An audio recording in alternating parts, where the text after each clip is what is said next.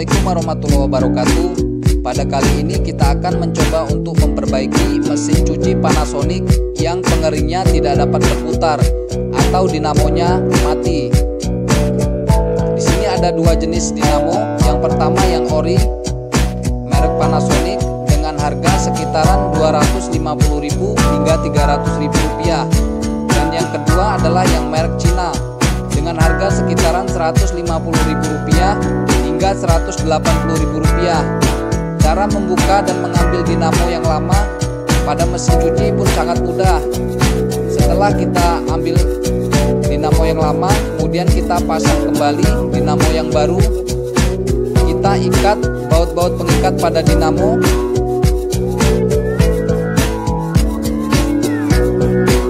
Ada 3 buah baut pengikat di situ.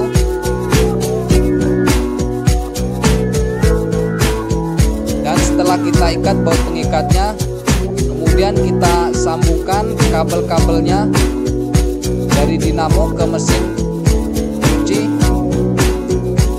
sesuai dengan warnanya.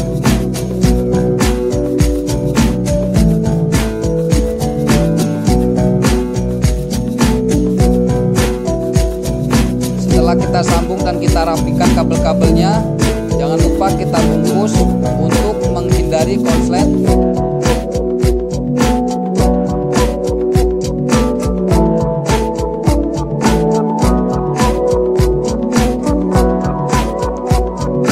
Cukup mudah bukan untuk mengganti dinamo sendiri tanpa harus kita memanggil teknisi atau kita beli mesin cuci Panasonic yang baru.